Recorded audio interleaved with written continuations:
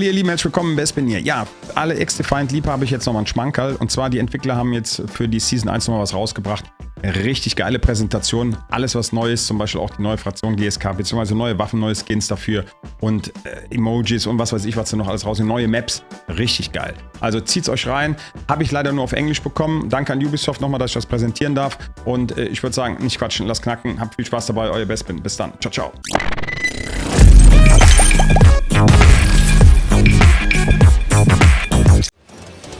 Target down. Hostile down. Previous death event.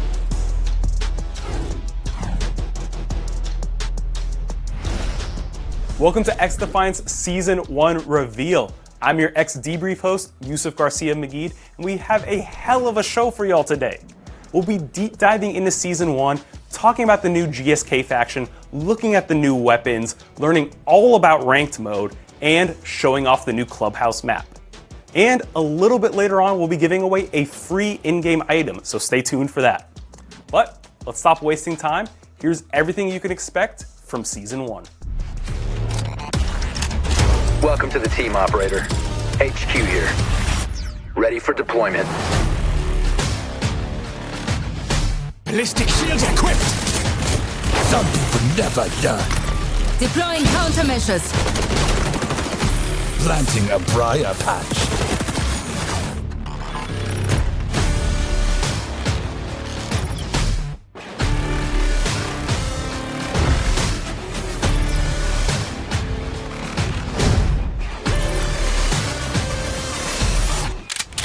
Operation is a go. Prepare to engage. Providing defense. Our team has the flag. Your flag extraction was successful. HQ here. Ready up, operator. My time to shine! Just getting even. Don't get between me and my objective.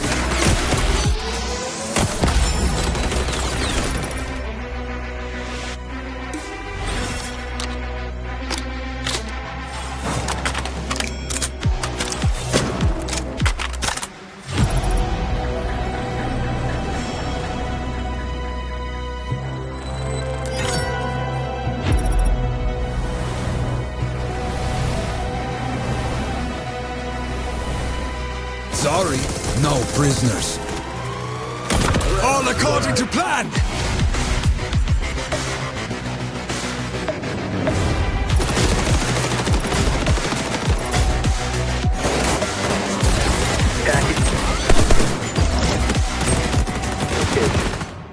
Target neutralized. That's right, new weapons, new maps, new modes, new skins, and a new faction. That is how you do a new season, folks. Now, we're gonna talk about maps, weapons, and ranked mode in just a little bit. But first, we gotta start with the GSK faction. Take a look at this. Be advised. Danger close. Providing defense. Don't get between me and my objective. This is GSK, an elite strike force from GSG9, members of Rainbow Six. These counterterrorism specialists are your go-to operators when your back is against the wall. Drop their shockwire to build a high-voltage perimeter around objectives. Shockwire is hindering hostile efforts. Or deploy the active defense system to swat down incoming enemy explosives. GSK operators are tough, able to shrug off most headshots thanks to their ballistic helmets. But you can also take their fight to the enemy with the G52 tactical shield, equipped with a powerful frontal flash. That's what I call crowd control! GSK operators stand at the core of any defensive game plan, even if they have to push back enemies to get the job done. Problem solved.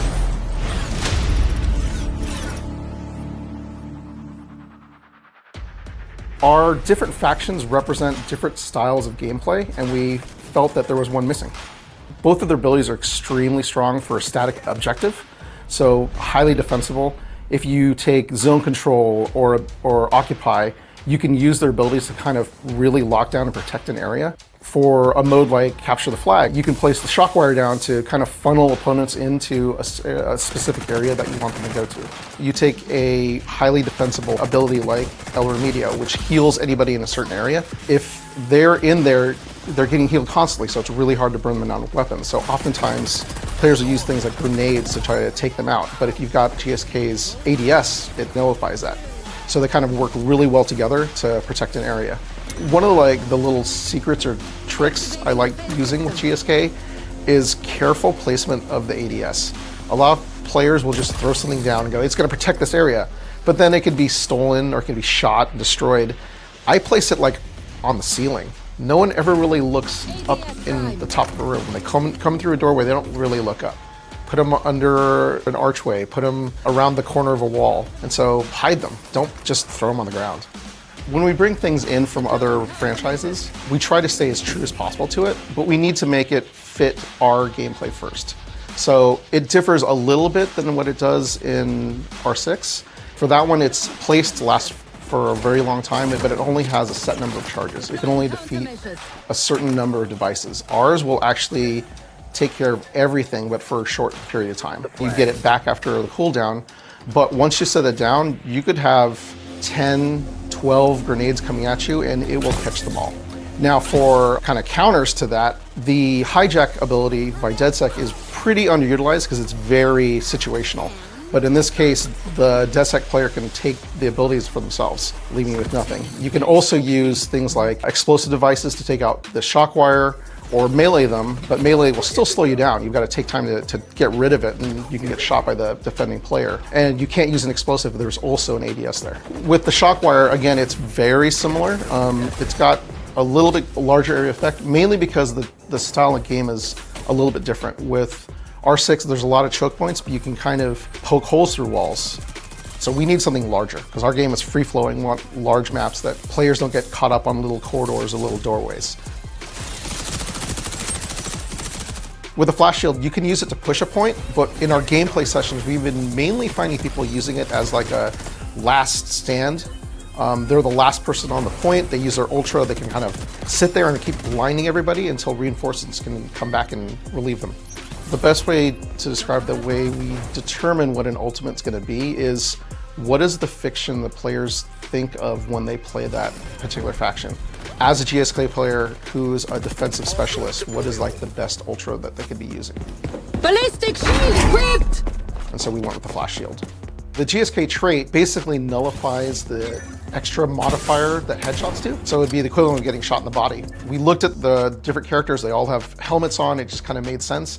It also ties in with being defensive specialists. They're staying behind, protecting an area, and it kind of lessens the impact that certain weapons can have against them. Sniper rifles now require 2 shots to the head against a GSK player rather than a 1 shot. With anything new that comes out in our game, we're always ready to make adjustments depending on what the audience sees or experiences. So we're not going to just release something and go, well, we'll address it in next season. You know, if something breaks in the meta, we're going to be on top of it. We're going to be looking into it as soon as possible. We use things like internal testing as well as analytics that come in from what the players are doing, so we can kind of analyze and see, okay, this is a trend that we might want to be aware of, and then address as quickly as possible. Thanks so much, Scott, for shedding some light on GSK. But of course, there's so much more coming in Season 1, including 3 free weapons that can all be earned through the free Battle Pass. To learn a little bit more about how you'll be dealing damage in Season 1 of XDefiant, we spoke with systems designer Pat Price, better known as Aches.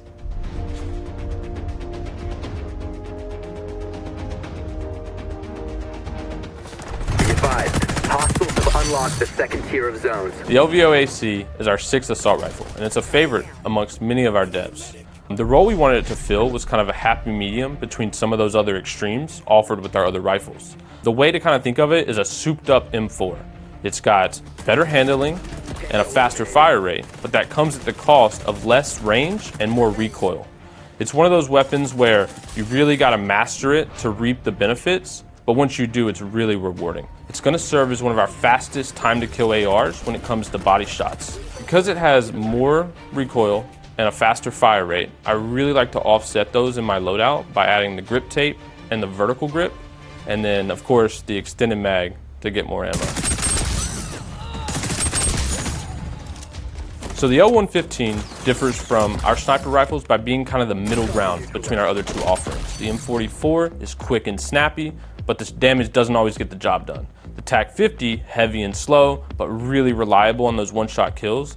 We kind of find the L115 is right in that sweet spot without sacrificing the damage. So not too slow, not too fast, but pretty reliable on those one-shot kills. I gotta be honest with you, this is by far my favorite weapon in our game.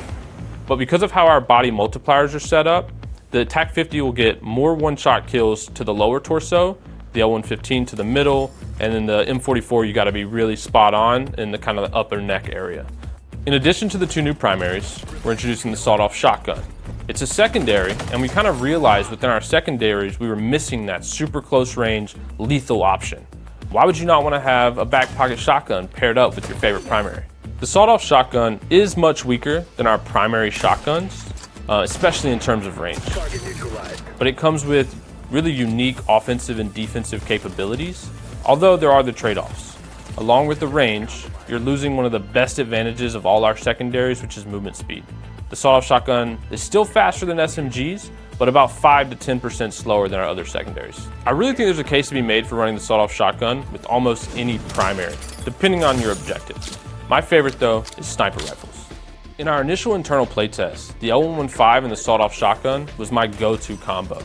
Something to remember with the sawed-off shotgun though is you get very limited amount of shots, so choose them wisely.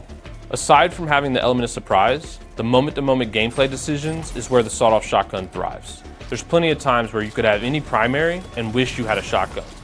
In Season 0, our weapon mastery offered bronze, silver, and gold.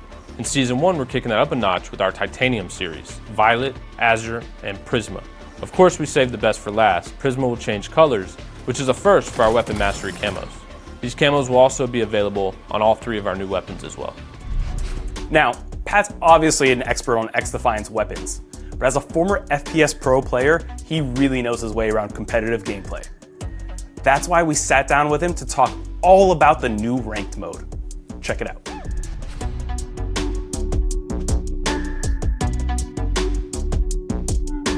Ranked is rolling out in full for Season 1, but before you get geared up and ready to go, let's walk through the basics for XDefiant's ranked mode. Competitive Ranked is a 4v4 playlist that supports 4 game modes: Occupy, Domination, Zone Control, and Escort. While similar to their casual playlist counterparts, some rules have been changed for Ranked. In Occupy, the zones rotate in a predetermined order. No randomized points means your team can plot their next move onto each point. Domination allows each team to play a side of the map for 5 minutes before switching sides at halftime to play again on the opposite side. Zone Control has teams taking turns as attackers and defenders. Unlike its casual playlist counterpart, defenders will be able to push back attacker captured progress to the nearest quarter of the progression circle. Finally, Escort will play like its casual playlist counterpart. As you start each season, you'll have a brief warm-up period with no ranks so you can find your footing before hitting that ranked grind. Let's talk rank distribution.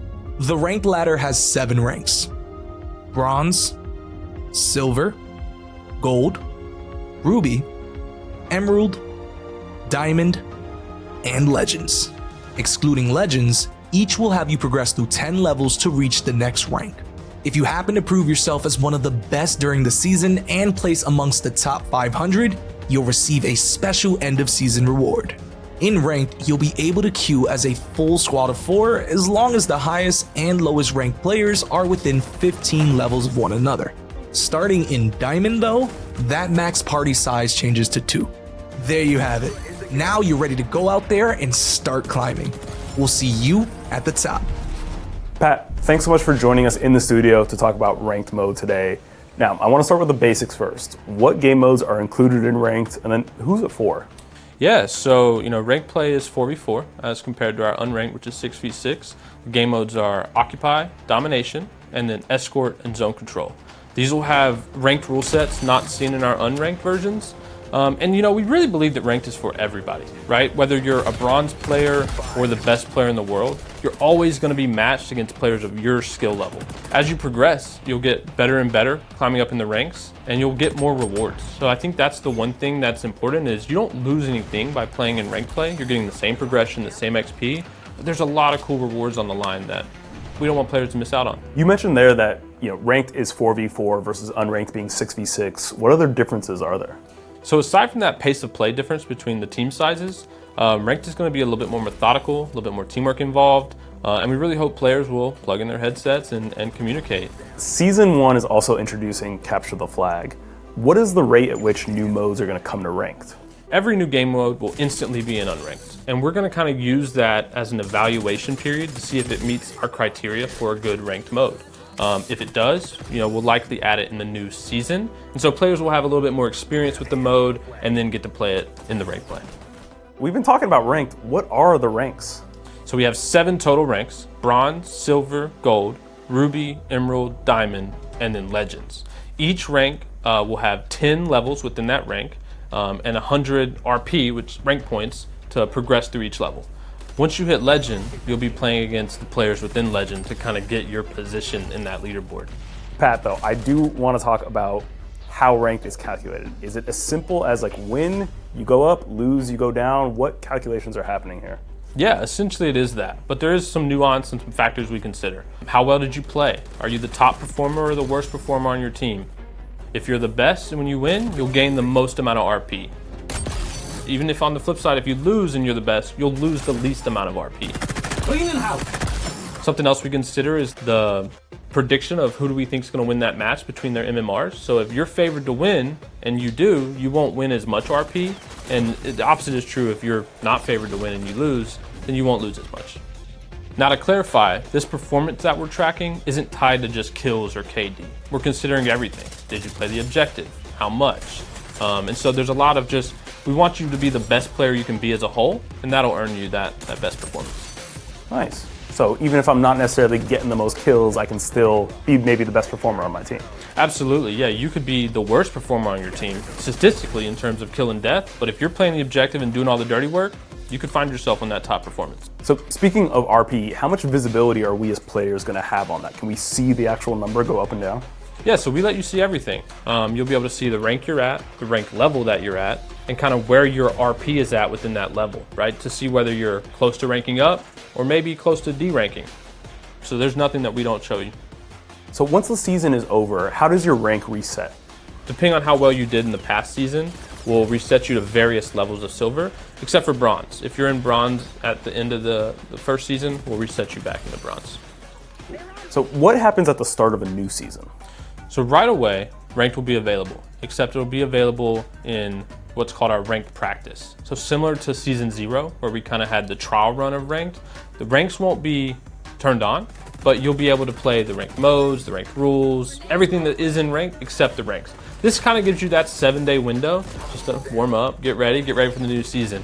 Once that's over, the ranks will reset. We'll put those players back into silver. Unless you were in bronze the previous season, then you will stay in bronze.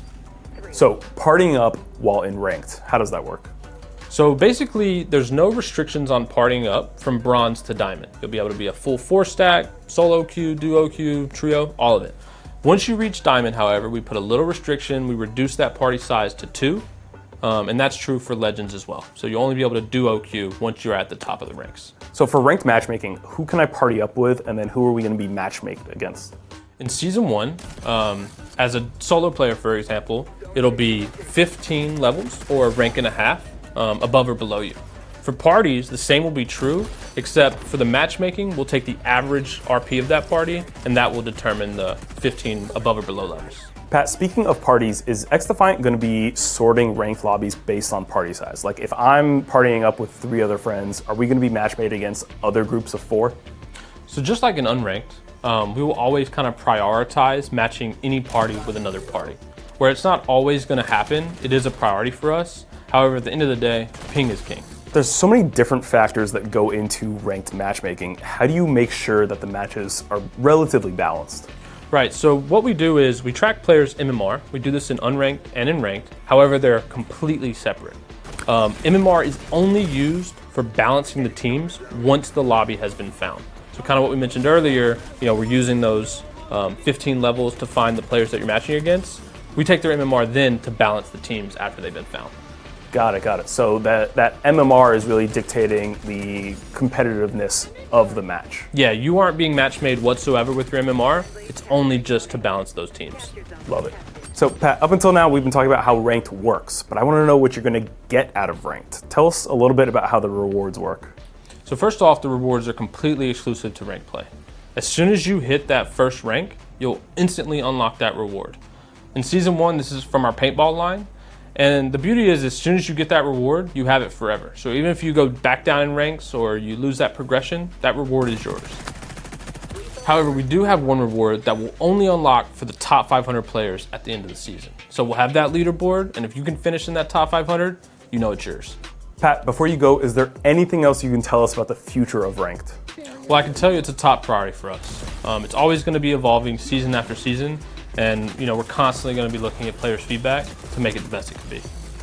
Love it. I can't wait to hop in. Pat, thank you so much for stopping by the studio today. Thank you. I hope you're top 500. One day.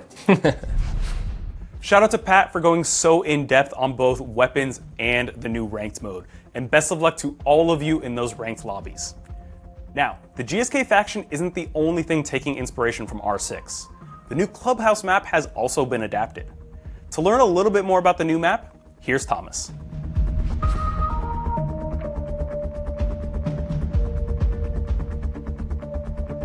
Hello, I'm Thomas, one of the environment artists who work on the new Clubhouse map in XDefiant. And I'm here to show you the new map. For this season, the spotlight will be on one of Ubisoft's most beloved brand, R6. That's why we choose one of the most iconic maps from the franchise to include in our game.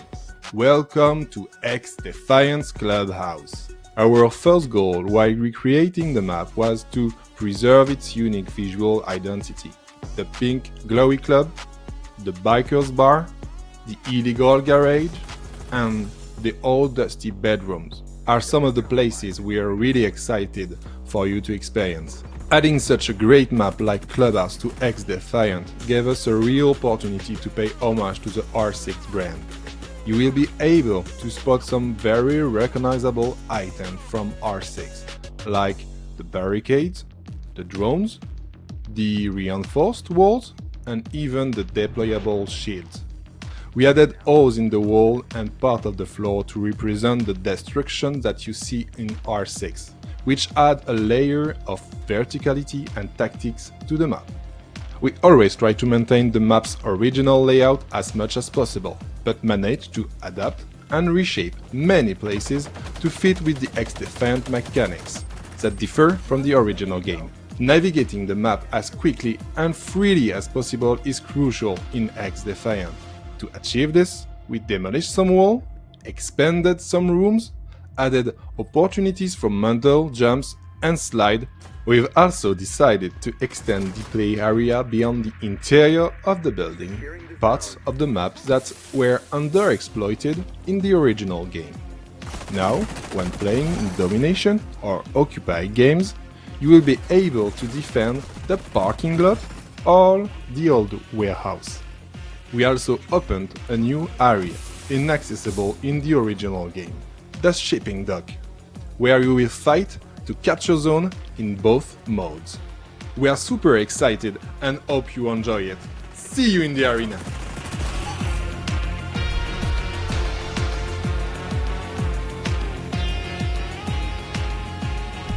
Season 1 of XDefiant is bringing a new faction, new maps, new modes, new weapons, and a brand new way to support your favorite creators.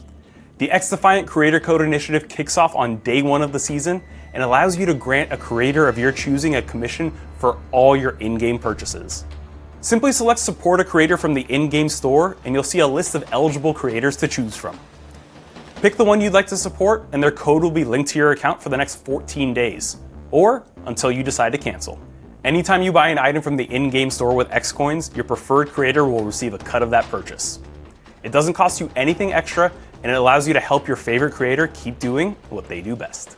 For more information about XDefiant's creator codes, or if you're a creator that would like to be considered for the program, visit xdefiant.com/creator codes.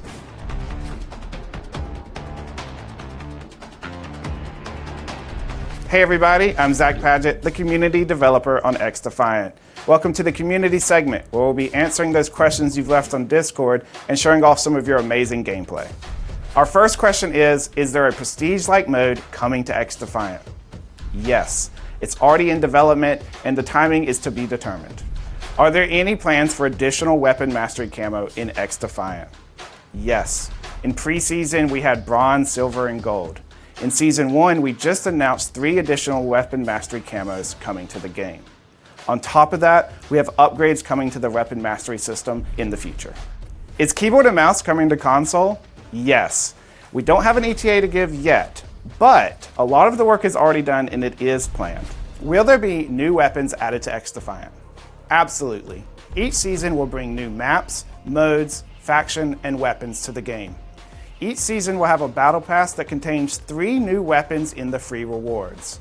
Weapons found in one season's battle pass will be available through challenges in the next season. Will there be private matches in XDefiant? 100%. It is important to us for both our tournaments and esports, and we can't wait to share more. Can you tell us about the factions coming in Year 1?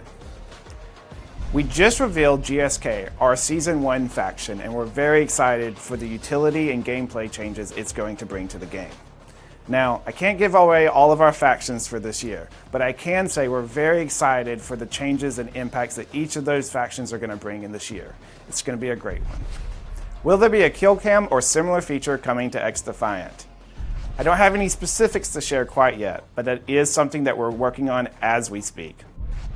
Will Search and Destroy be coming to XDefiant? Absolutely. We know this is a top request, and I can't give away all of the hype and details yet, but it is coming to one of the seasons of Year 1. So when that answer was recorded, it was true that the mode would be coming out in Year 1. However, we know that all of you really want to play a Search and Destroy-like mode, so we are pleased to announce Bomb. This mode will be coming Season 1. Here's a sneak peek.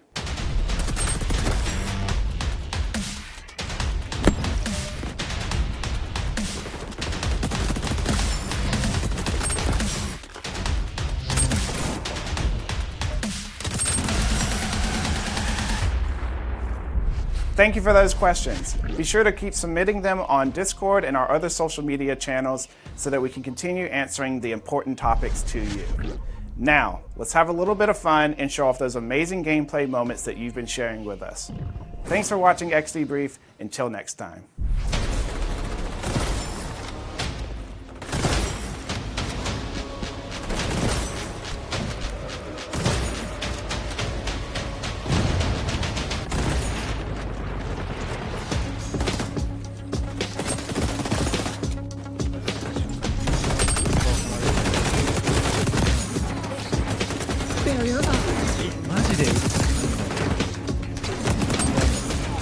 Don't get that one.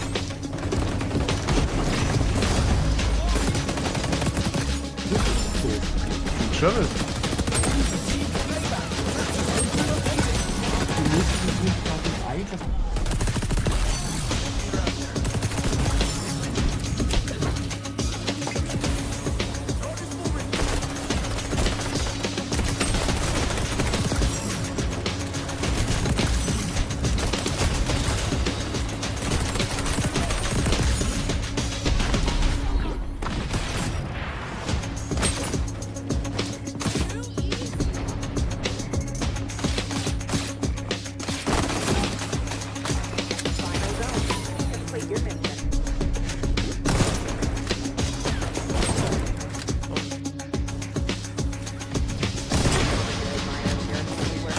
Holy